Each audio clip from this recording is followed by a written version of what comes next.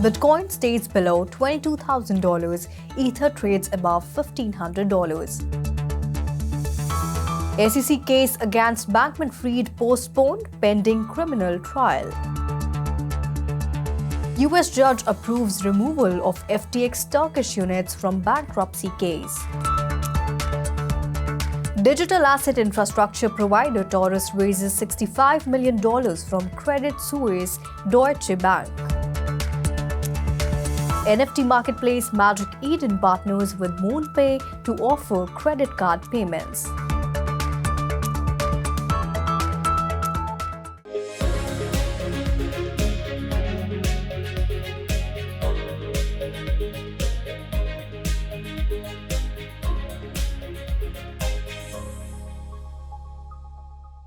Hello and welcome to 3.0 TV. I am Vishakha Thakur.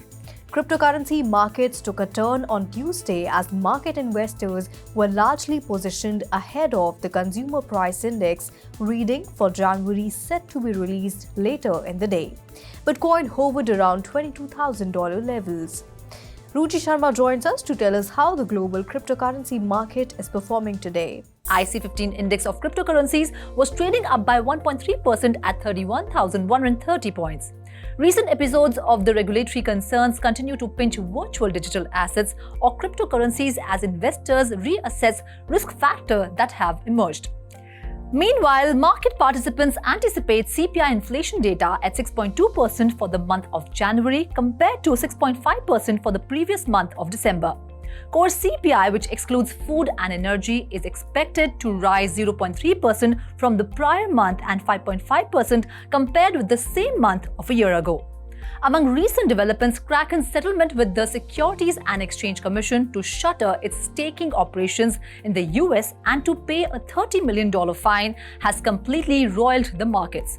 Interestingly, Cathie Wood's ARK Invest has recently purchased another estimated $6.7 million Coinbase shares. Cathie Wood has purchased over $15 million worth of shares in the past 2 days of trading, despite Coinbase's dwindling price and the considerable headwinds facing the exchange. Simultaneously, the unfolding of drama between Paxos and BUSD has hit Binance hard. The world's largest exchange by trading volume has endured some $828 million of net outflows in the past 24 hours, Nansen data shows. Monday's outflow is the largest in a day since November, surpassing the withdrawal surge in December amid fears about Binance's reserves. If the CPI is below expectations, Bitcoin and other crypto prices will see an uptick in the market. On the contrary, if CPI is above expectations, it is likely to trigger a sell-off in the market which will force the Federal Reserve to hike interest rates. Stock futures ticked higher as investors looked ahead to key inflation data. Futures tied to the Dow Jones Industrial Average rose 23 points or 0.07%. S&P 500 futures advanced 0.1% and Nasdaq 100 futures climbed 0.2%. Bitcoin was trading at $21,830, up 1%. Ethereum, the second largest crypto, was up by 1.7%, trading at $1,510. BNB was up by 0.20% to trade at $293. Solana SOL was up 5% and was trading at $21.5. Avalanche AVAX was trading at $17.7, higher 2.7%. Polygon Matic was trading up by 1.5% to trade at $1.2. Cardano's ADA token was up by 2.5% to trade at $0.36. Doge, the popular meme coin, was trading up by 1% at $0.081. Shiba Inu was trading up by 0.3%.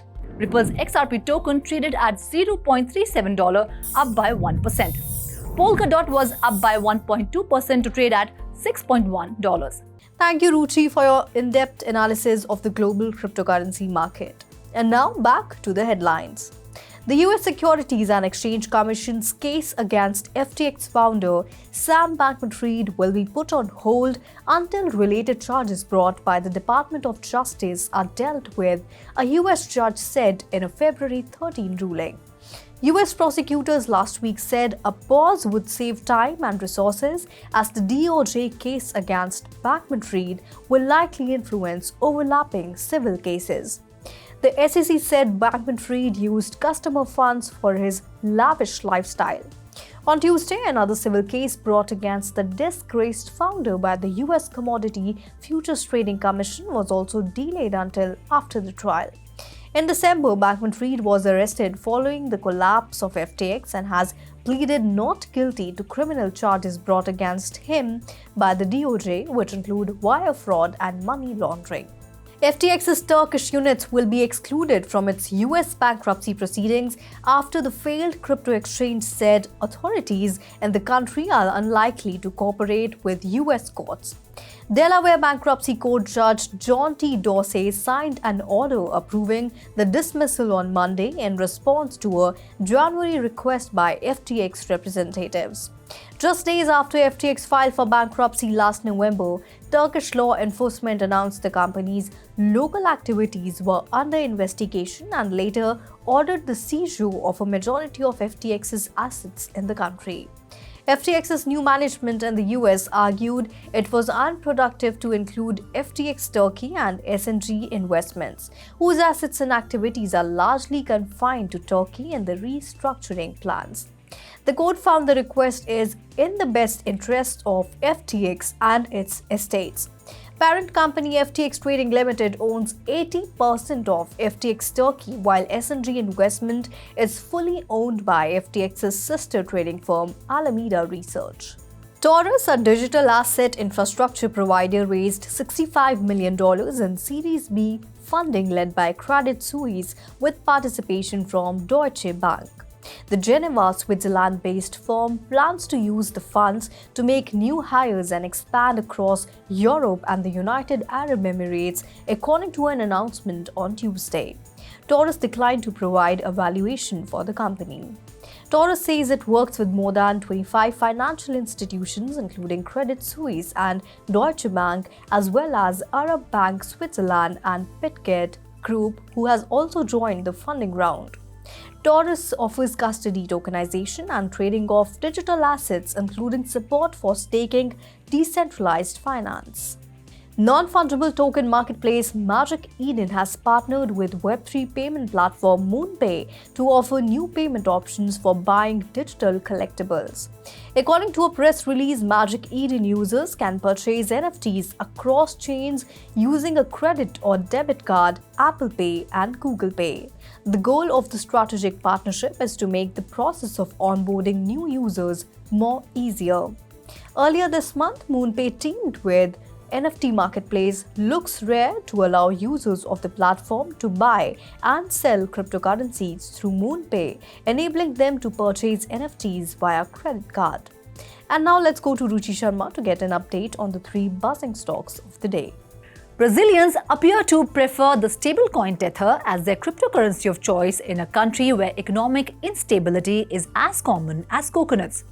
According to the Federal Tax Authority, which compiles data on cryptocurrency usage from foreign and local exchanges, the value of all Tether transactions increased by 58% last year compared to the previous year. Bitcoin and Ether, which are also widely used, have dropped by more than 60% since 2021. Brazil approved a cryptocurrency regulation last year, a significant step forward in the country's embrace of digital assets.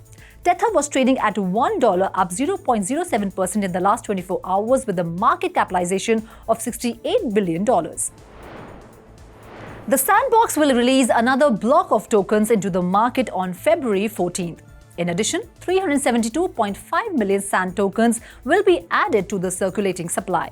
This is roughly 12.4% of the total supply, so it is a sizable chunk. The token unlock is currently worth around $250 million at current prices. The current unblocked circulating supply of Sand is 1.7 billion tokens, or approximately 56% of the total 3 billion.